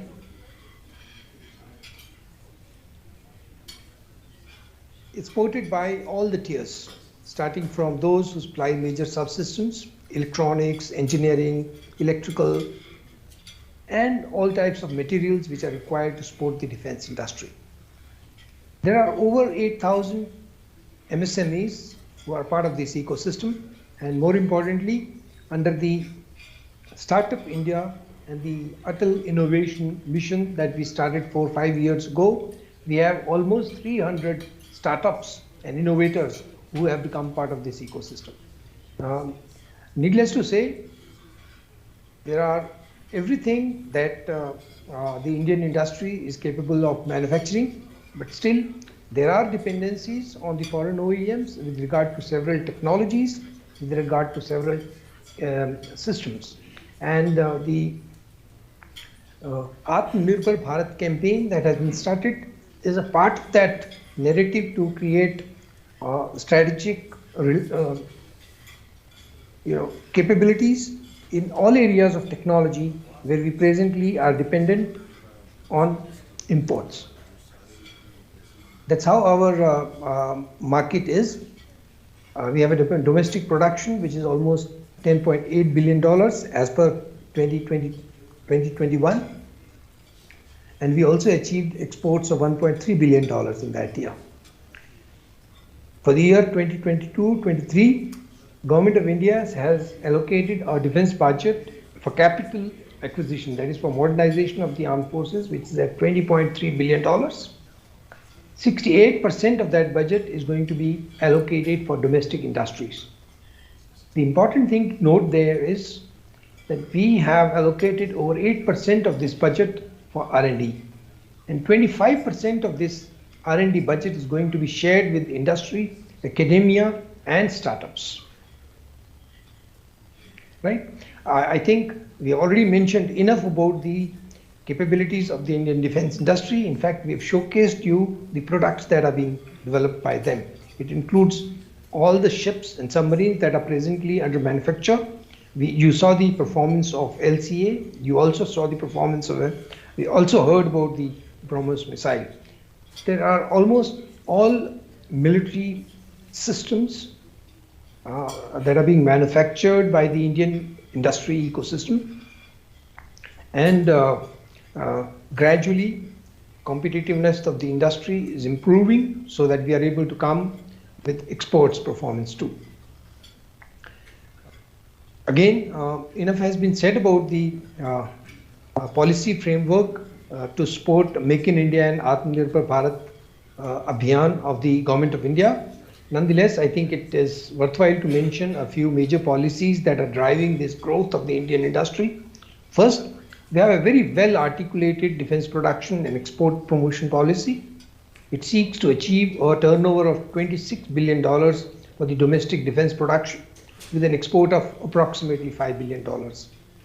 The 74% FDI in defense sector through automatic route and 100% through the government route has already been spoken about.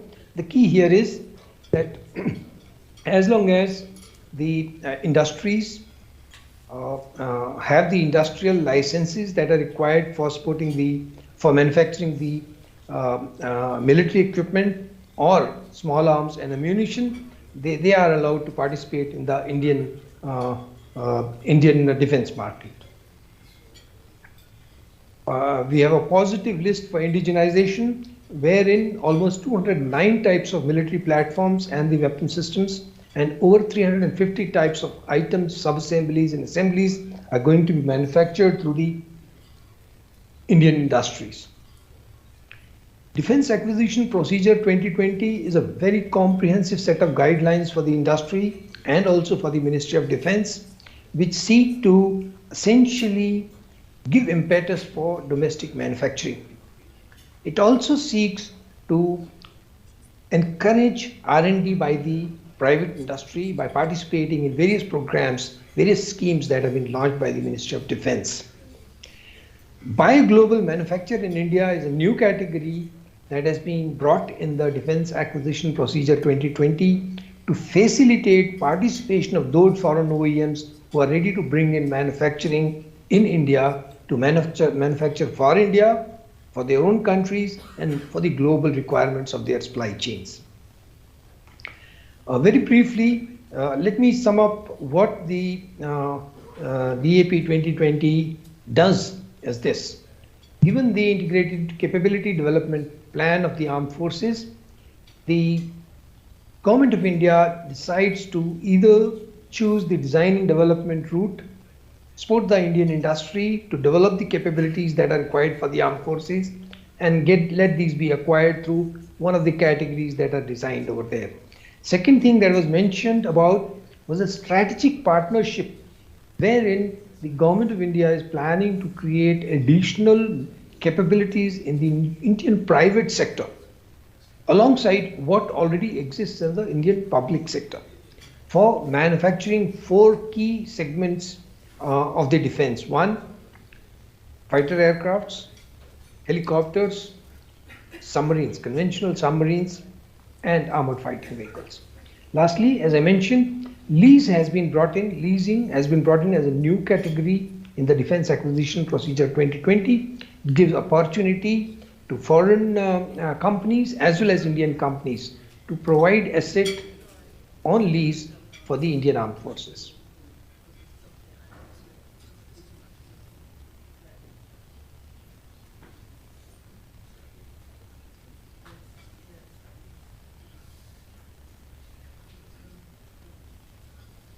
I'm just 1 minute. I'm just trying to move it down.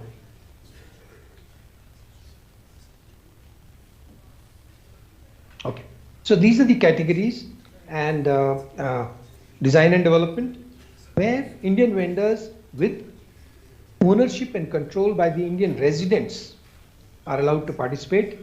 Strategic partnership, again, it's for the Indian vendors with ownership and control.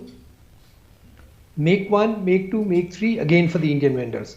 The key here is the foreign OEMs, foreign companies can participate even in these programs as technology partners to the Indian industries through the joint ventures, through their own subsidiaries, or through collaboration for technologies, design and development.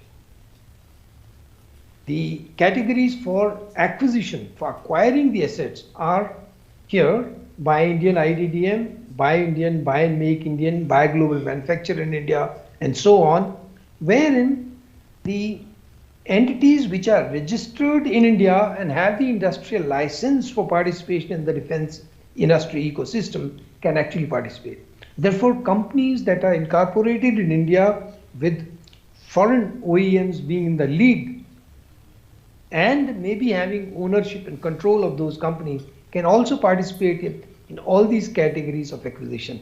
And it's worthwhile to mention that these categories are used for acquiring even those assets which have been placed on the negative list of imports, but with zero buy quantity. That means as long as everything is manufactured in India, foreign companies incorporated in India can actually participate in the programs for Indian defense requirements under the DAP 2020. I just give you a brief overview of one simple part, but very important part of the DAP 2020, and that is what is the definition of the Indian vendor, right? So for defense products which require industrial license, any Indian entity incorporated in India, be it under the Companies Act or any other kind of law under which businesses are allowed to run, as long as it complies with the regulations which are in force for FDI, for industrial licenses, they can participate in the defense requirements under the DAP 2020. The second part is, as far as those items where industrial license is not required, any Indian registered entity, regardless of the FDI kind of regulations in defense, can participate, because only those regulations that are sectoral will be applicable for those kind of things. That makes life very simple, in the sense that the MAKE programs, R&D programs and strategic partnership programs require companies to have ownership and control by the resident Indian citizens. But there are other programs which is for acquiring capabilities from the Indian ecosystem, including those that have been placed on the negative list for import. You don't require Indian vendors, as qualified by the basic definition given in the DAP 2020, can participate in this. Herein where lies the opportunities for the Australian industry to participate in the demands that are created by the Indian Armed Forces. Now let me just quickly go over the nature of opportunities that will come out there. First, Government of India has plans to spend close to $250 billion over the next 10 years for modernization of its defense forces.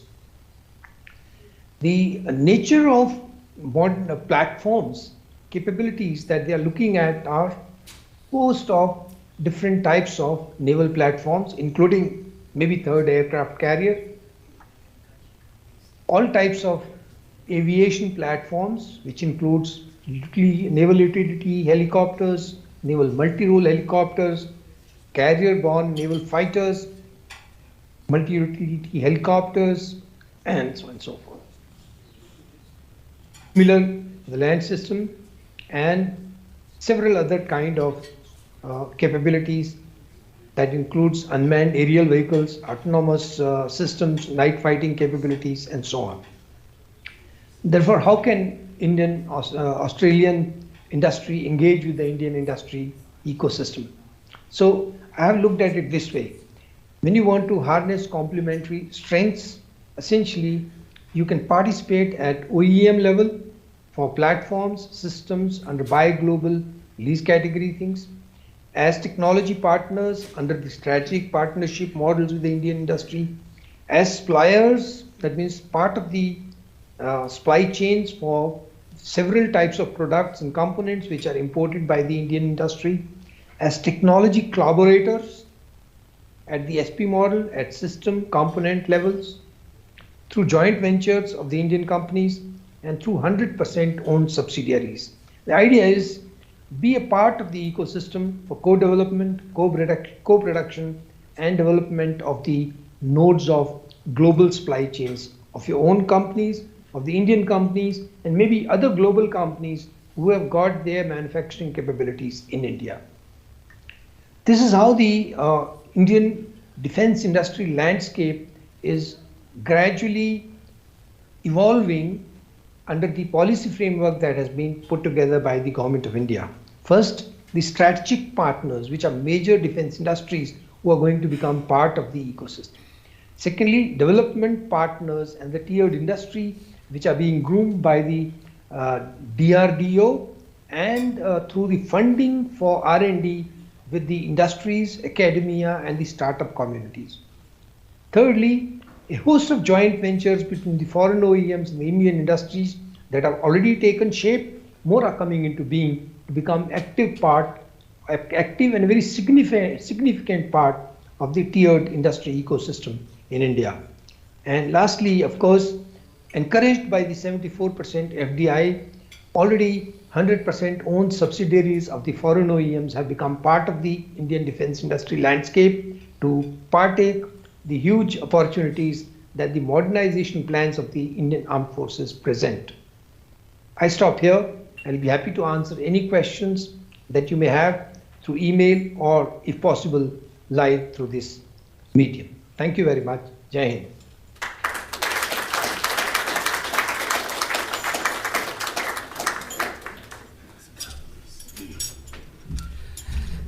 Thank you. After a couple of false start, we did finally manage to do that. It's always interesting how technology plays in various roles, and we are at its disposal sometimes. Due to the time schedule and the constraint, our next speaker is unable to come online live for us, and he's so busy that he's got next to next backed up meetings, so he sends his apologies.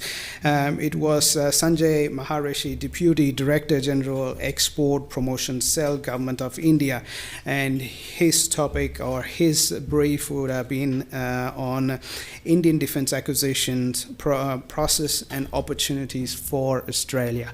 But what we have agreed to do is share his presentation to the guest offline. So feel free to reach out, and we will reach out to you and share the content because it is important to hear and understand the opportunities that are in hand for Australian businesses. So with that, of course, we struggled with few, but we got over the time. But as Brent said, I should Google, and I do know what Infosys does, but it's not what really I know. If you want to know what Infosys does, you have to ask EY, because they are the advisors, and they will advise you. They will advise you what Infosys does. So I Googled that, and I found that EY does advise, and they are strategic advisors. And as part of the strategic advisors, they can definitely advise you on what Infosys does. So thank you very much to the EY and the EY table up there, and I appreciate your support.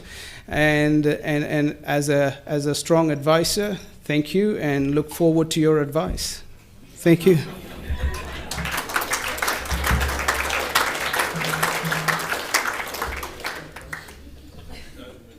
Now, the most important aspect of any business is how you do business there and the experience that brings in doing business. So today we have an important person with the experience. This organization not only has a combination of two things. One is the Australian component, the Aussie component, and also the overseas component, and putting them all together, they are doing great things across not only in Australia but also overseas.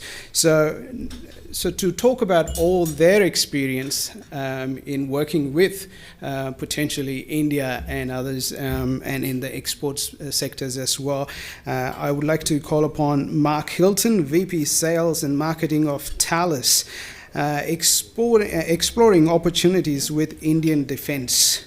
So thank you, Mark. Thank you. Thanks, Joe. Great activity, and Your Excellency, thank you for hosting the event tonight. I feel really bad for the sponsors, I've got to say. EY and Infosys, I know what you do. You're both great partners of ours at different times. Partners, competitors, the way the world operates. But thank you as well. I know none of this happens unless sponsors contribute. Before I get too far into it, I also want to recognise the people whose lands we're sitting here and enjoying this dinner on today, the Ngunnawal people. But I really want to take the challenge that was given to us at the beginning very well put at the beginning of the session today, and think about it's very easy for us to stand up here and be polite and include people in conversations, but I think there was a bit of a deeper challenge there, I think, also around what are we as an industry, what is we a country, what are we as individuals doing to help promote STEM opportunities was the example we were given, but opportunities more broadly, because I think in our experience, it only really takes one generation of opportunity, not so much a big effort to provide to really make a meaningful change, and that's a change. While we talk about new, old and great friendships, this is probably our oldest and greatest friendship. So thank you for your words earlier today. So I'm here to talk around Thales's experience. a little bit about Thales, and then thought I'd just give you three kind of really great things we see about doing business in India, and three very transparent challenges. You know, it's not all easy. But a little bit on Thales. So Thales has the pleasure of operating in Australia and India individually as decades, as sovereign businesses in each country. In India, you know, we have done projects for several years that have generated about 1,100 jobs in India, which are good, meaningful, engineering-focused jobs delivering real capability in India. And I was really proud to see that we, for the last several years, have also been one of the top 100 businesses in India for women, and leveraging the great talents that exist in that country. Here in Australia, we're a little bit bigger. We are about 3,800 people in our own workforce, and we create about another 2,000, just over 2,000 more jobs in our supply chain, and of course Aiden and our partners in the Aiden network, but in our broader Thales supply chain, really important part. As far as we're concerned, they're as much a part of our work as any of our people that wear the Thales badge. And we operate in about 35 sites. I think in India we operate over a number of sites, and we have a number of big engineering centres as well. So you'd think a company that's so big in India and so big in Australia, there'd be no problems at all doing business in India. But there, as I'll share today, there are great opportunities and great challenges. I think Australia's always had a great relationship with India. The cricket analogy was used earlier, and I think you just have to be at the SCG during a rain delay and seeing all the kids and families and whatever integrating in a test match, all the rivalries go away and genuine friendship is spurred. But I think we live in different times now, and the Quad arrangement, the Quad partnership has meant that our partnership has deepened, it's widened, it's certainly diversified, and that has presented a lot of opportunities. So the three things I've seen that have been changing over the last several years in particular. First of all, and it's been said before, the opportunities for primes like us, but I think more importantly for all manner of sizes of business, have significantly accelerated, and there are great opportunities for primes to work with SMEs. But interestingly, we're also seeing the inverse: SMEs who maybe have that more agile, more expert skill set in a specific technology to be exporting on their own basis, and/or being supported by organisations like ourselves that have a bit more of a balance sheet to support the pursuit. But that great technology, those opportunities have never been greater between India and Australia. And the same is said for Indian companies bringing great expertise and technology to the Australian industry and Australian defence industry base. It was mentioned before, but our experience, and this is not the same for every relationship we have around the world, but the Indian government has a genuine respect and interests in what we do in Australia, Australian IP, the ability to access Australian IP, the ability to work with our universities to co-develop IP, and to support tech transfer between the countries. And that is a really unique opportunity, and you know, there's measures and protections that we need to consider, of course, but it's a great opportunity with one of our allies to grow. As was said before, we have a certain size defence industry base, and the ability to leverage other countries is a great opportunity for both countries. I think also here, the other thing that is a really good enabler of activity between defence industry in Australia and defence industry in India is the institutions we have in place. We've heard from some of them today. Absolutely, acknowledge the Defence Attaché and their team and their ability to talk quite openly and transparently with Australian companies around expectations and doing business in India. Equally, the Australian Defence Export Office here represented very well. You know, we've found that's a great organisation for, you know, if you're prepared to be quite transparent around your activities and aspirations and goals, they can give you advice and support. Both through post in country or through their experience on how to prosecute and prepare and present your deal. Now, as said before, clearly the burden is on yourselves as a company to be competitive and have great solutions and those sort of things, but those two institutions are important. I think also leveraging the various industry associations. We've heard about both the AIDEN and their Indian equivalent in India talk today. I think they're great organisations to be putting together a team, and the more we work as Team Australia and Team India, that gives us great opportunities to collaborate and perhaps fill each other's gaps. So great opportunities in terms of reducing the barriers to entry to operate in India, genuine interest in my experience of the Indian community to access Australian capability, and inversely, and where I started, a great opportunity for, in particular, smaller and medium enterprises to probably have opportunities that they didn't have before. So some of the challenges. Now, there are probably opportunities hidden in challenges, but the first one, and it's even a challenge for us. So as you know, we have the pleasure of operating Lithgow Arms, a rifle manufacturing capability in Lithgow. Has been around for over 100 years. And that's amazing technology for which is sought over all over the world. We're currently in an activity, I won't say too much, but we're in an activity to collaborate with the Indian Defence Force. And the initial order, the pilot order, is an order of 100,000 units. And that is a scale or quantity that just far exceeds anything potentially we've ever done, despite the scale of activity in that business as it relates to the Australian business. And I think scale is both a blessing and a curse. It's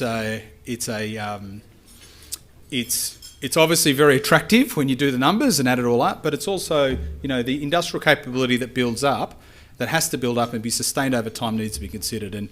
And so in dealing with India, we would expect the second order under that contract, if we're successful, to be several times larger than that.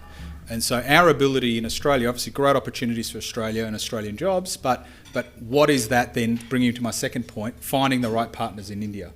Because that scale won't be generated just with Australian capability.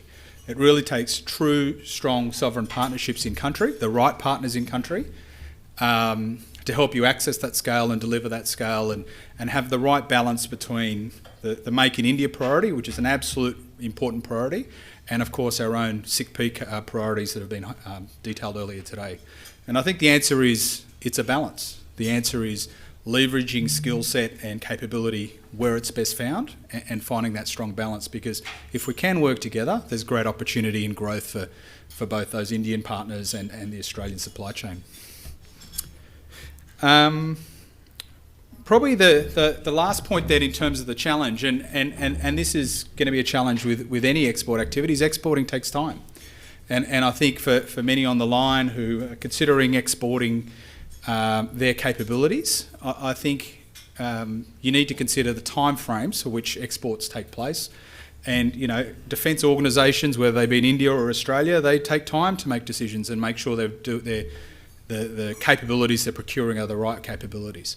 But you can mitigate those risks of time through transparency, and I think there's been a great attitude shown today in many of all the organisations that have spoken around sharing that expertise and understanding of doing business in India, understanding the procurement processes and having transparency there so you can better plan your cash flows and those sort of things. So again, really important to understand the processes and the time it takes to do business in traditional defence business, and then the complexity of export. But I think absolutely the opportunities are there. The point I made about choosing the right partner and striking that balance, again, critical, and making sure you are creating opportunities on both sides of the equation. But great opportunities and exploitation of IP and capability that might exist in Australia, and the same in India. Probably the last point I'll give is a practical example, and it's been a great success story. I heard the earlier generations maybe of this opportunity just earlier, but recently we've just completed the provision of an Australian minesweeping technology to India. I think I'm not telling too many secrets there, and it's been a great experience. The Indian Navy has seen great expertise and capability for our right-on-way facilities, which have been developed over time in conjunction with the various defence research institutions, and we have a world-class product that has been sold to several navies around the world, the Indian Navy being one of them. But as part of that transaction, we needed to find the right partners, and we needed to find the right supply chain, which initially I'll admit we were probably thinking about more meeting a quota than generating capability. But what we've found is by partnering well locally, we've found components and capabilities that could be exploited in that system, which never would have been found in our existing supply chain. So really good quality of supply, really good innovation in the acoustic technology that can be complemented with our technology, and then as I know many in defence like to hear, those capabilities brought back, not just the export for scale, but those capabilities brought back to Australia to support our defence force. So great opportunities and a great example of collaboration. So hopefully you've enjoyed that. Bit of a few views from me on doing business in India. I hope if you're on the line or you're in the room and you're considering ways to expand your business, you do consider India as an export destination, and also Indian technology and Indian capabilities technology that might complement your offering here in Australia. And of course, me personally, I'd just like to welcome anyone who would like to collaborate and work together on those opportunities. I'd love to have a drink later on. But thank you very much, and hopefully you found that useful. Thanks.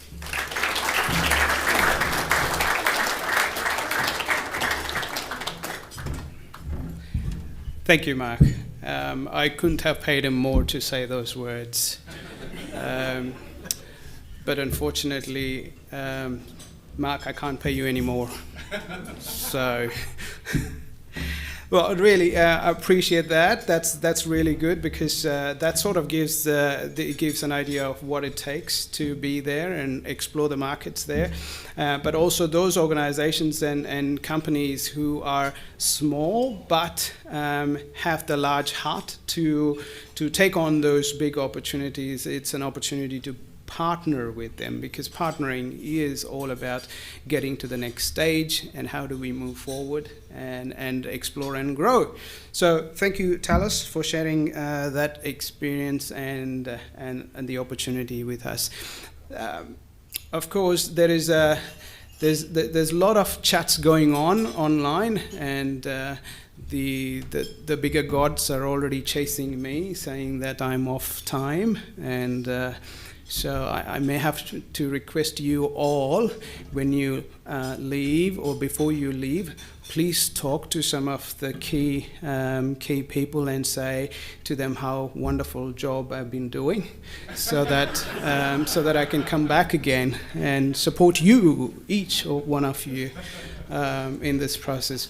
So if I may ask, as a thank you note from AIBC, Amit Mehta, to come forward and say a quick note. Amit is AIBC's National Treasurer. Again, Amit, if Mark wants some additional payment because he said all the good, I hope you can consider that, but you can transfer it to me first, and then we'll look after that. Thanks, Amit.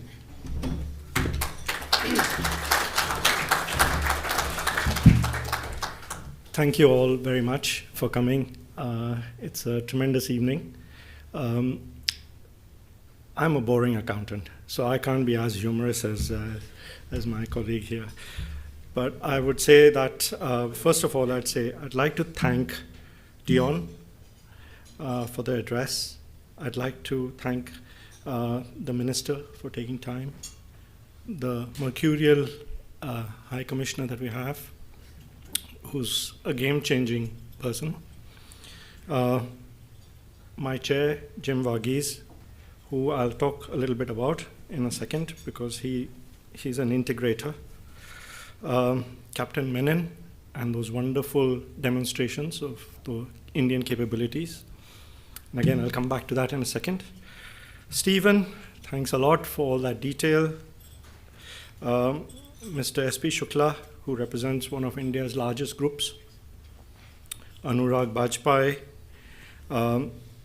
Admiral Lal, Brent, again, made some fantastic points.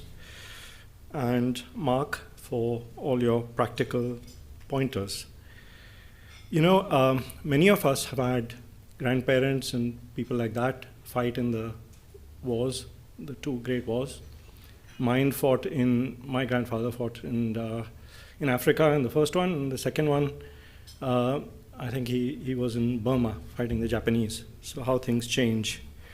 In terms of procurement, my uncle was the first commanding officer who brought back India's first aircraft carrier, which was INS Vikrant, which was an old HMS Hercules.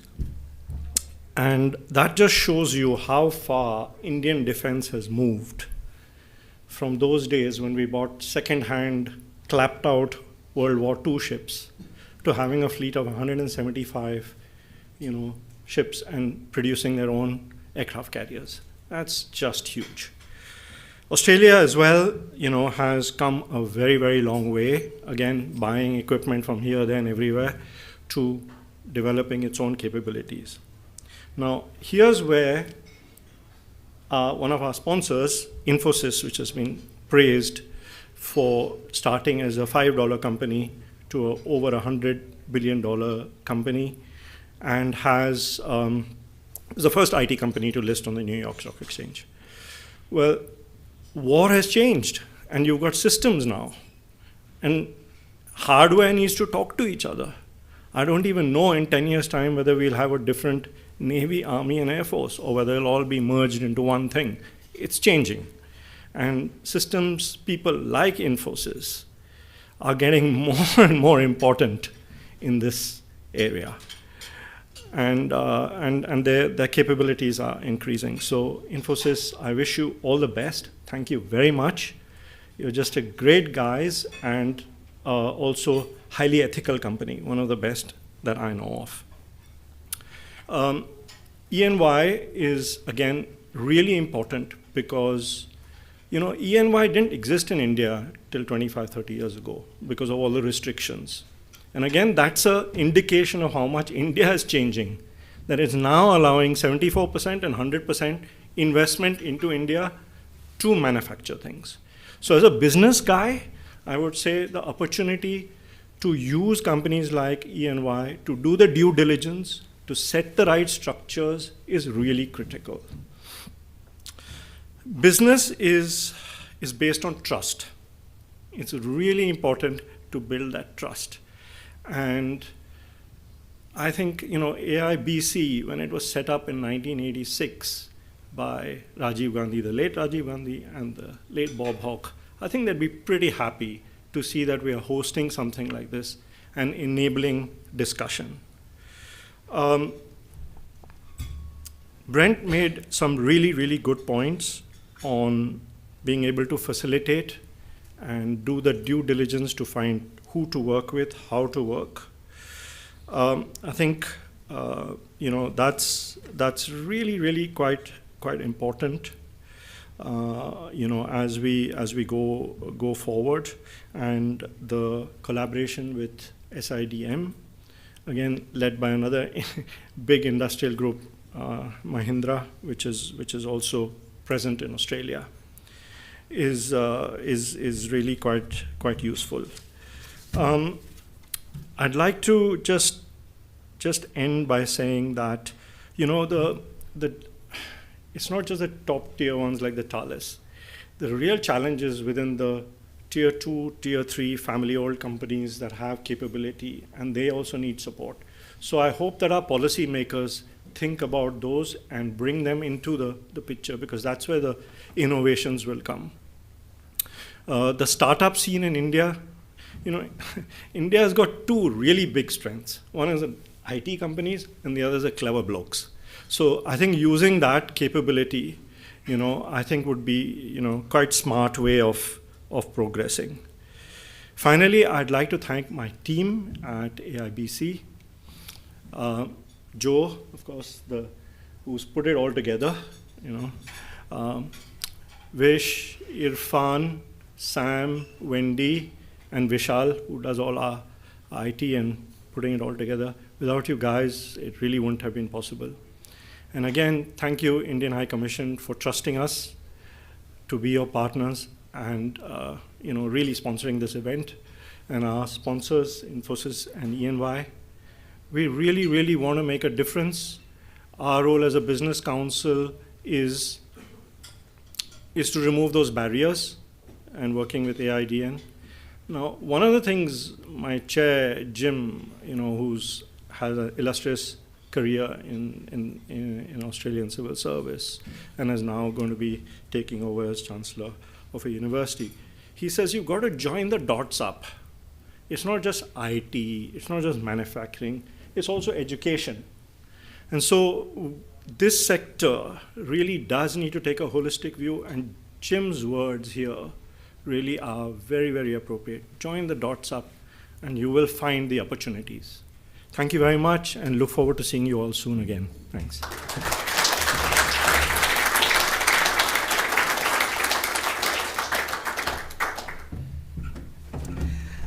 Thank you, Amit. I didn't expect such a valuable and a deep message from an accountant and somebody who's behind the books. But thank you. That was amazing, wonderful. But with that note, it does come to a point where we say thank you to all of those who've been here and to take the effort to participate. With the conclusion, I have to make this statement. The AIBC team behind the scene has worked hard, except for me, but I just delegated, and if any mistakes, it's their problem, not mine. Yeah, so, but also the local ACT president chapter as well, Radhika Reddy, thank you. And others who've been from the out of town and managing, for example, Irfan managing the New South Wales team as well. So, and behind that, it's all these people who work together. So I like to say thank you to them, and then, of course, I also like to say thanks to a couple of people without whom this could have not been possible. I'd like to thank the Hyatt for the number of changes we have made and the chaos they caused, right? So I'd like to thank Joanna, who's a fantastic person who has accommodated all our requests, in spite of me calling her 300 times to do things that's needed and the last minute changes as well. And I also like to thank the Hyatt's audiovisual team, Neil. Fantastic, thank you very much. And of course, we also have our own team, Vishal from Quantana, who weaved all these things together, that you probably don't see the pain, but I see and I understand and felt it through all the chats that was going behind the scene. And of course, Events Canberra for your videography, photography, and the wirelessness that you have given us. That's fantastic. I presume that is going to give us our memories of this event and follow through. I also like to special thanks to a team that is here. That the team, the way that organizations like us work together is all professionals. But how do we show a pathway to the younger generations? Where does that come from? And so we did collaborate with Erindale College today, and we have 2 students, and because the 2 students can't come here by themselves, we also have a teacher following them and making sure they're not on the drinks. So thank you, Erindale College. I appreciate that.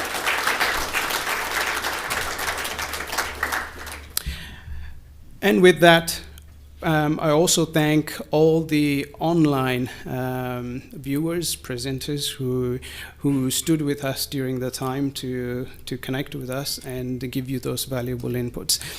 I will wrap it up today for now, and thank you everybody, and do come and say hello to us. I know it's late, but we in India, it's still afternoon, so we still have time. So do network and connect with us, and those who are going to India, we will see you there, and I know there's a number of organizations that are going to India. I will be there personally as well to support you through that process. Now, while while this is happening, behind the scene, we also have a B2B engagement that is happening. We have already connected few companies with Australian companies with the Indian companies that we have matched them up by the profile, which they are in discussion as we speak, and we will follow that through as well. And so all these brings things together is the one statement: partnering for stronger defense and security. And signing off, Joe Williams. Thank you very much.